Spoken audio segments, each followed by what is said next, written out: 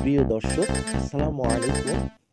আজ আমরা খুব সহজ ভাষায় জানব মোটর নিউরন রোগ সম্পর্কে। এর লক্ষণ, পরীক্ষা ও চিকিৎসা বা থেরাপি কি কি? মোটর নিউরন রোগ কি?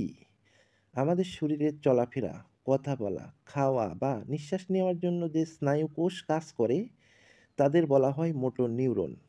যখন এই কোষগুলো নষ্ট হয়ে যেতে থাকে তখনই শুরু হয় মোটর নিউরন রোগ। আচ্ছা, এর লক্ষণ হচ্ছে হাত পা দুর্বল হয়ে পড়ে, সহজ কাজ করতেও কষ্ট হয়, পেশি শুকিয়ে যায়, হাত পায়ে পাতলা হয়ে যায়, খেলাধুলা বা চলাফেরার ক্ষমতা কমে যায়, কথা বলার সমস্যা, জড়িয়ে জড়িয়ে যায় কথা, গিলতে কষ্ট হয়, খাবার গিলতে অসুবিধা হয়, শ্বাস নিতে কষ্ট, এক পর্যায়ে নিঃশ্বাসও কষ্টকর হয়ে যায়, মাংসপেশিতে খিঁচুনি বা কাঁপুনি দেখা দেয়। আচ্ছা, এর ডায়াগনোসিস বা পরীক্ষা কি করবেন? যেমন ইএমজি, ইলেকট্রোমায়োগ্রাফি পেশির কার্যকারিতা পরিমাপ করে, বুঝতে পারছেন? তারপরে নার্ভ কন্ডাকশন টেস্ট, স্নায়ুর সিগন্যাল ঠিকমতো যাচ্ছে কিনা তা পরীক্ষা করে।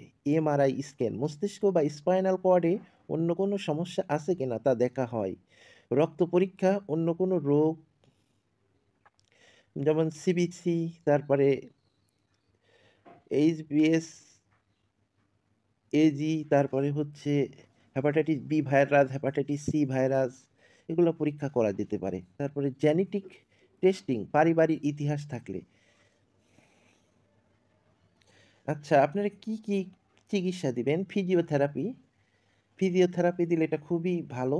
স্পিচ থেরাপি, খাবার গিলতে সহায়তা থেরাপি, তারপরে রেসপিরেটরি সাপোর্ট, তারপরে হচ্ছে মানসিক সাপোর্ট, রোগীকে বোঝাতে হবে এবং মানসিক সাপোর্ট দিতে হবে এবং টেনশন মুক্ত থাকতে হবে এবং অ্যালকোহল বা বিভিন্ন ধূমপান থেকে বিরত থাকতে হবে। এই রোগের এখনো কোনো স্থায়ী চিকিৎসা না থাকলেও, বুঝতে পারছেন, বিভিন্ন থেরাপি, সাপোর্টিভ কেয়ার দিয়ে জীবন কিছুটা সহজ ও আরামদায়ক করে তোলা যায়। ভালো থাকবেন। ভিডিওটি ভালো লাগলে একটি লাইক, কমেন্ট, শেয়ার, সাবস্ক্রাইব করবেন।